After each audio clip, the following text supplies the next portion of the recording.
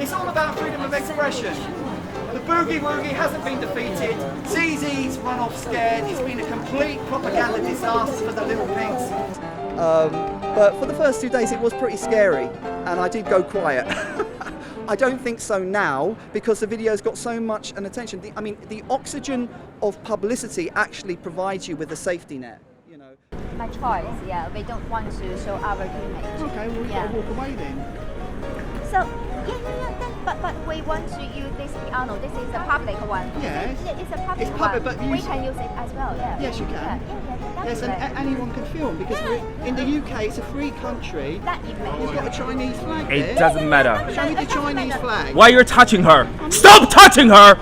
Don't touch her, please. Do not touch her. Please, you are not the same age. Please do not touch her. Don't touch her. Please don't touch her. Please don't. Yeah, don't touch her. Don't touch her. What's the problem? What's the problem? And for me, the whole takeaway from this is the power of the arts, particularly popular arts like Winnie the Pooh, Boogie Woogie, singing and dancing at the piano, to frighten dictators. Unbelievable, you know. And this, as I said, Elton's piano has become a symbol of artistic freedom.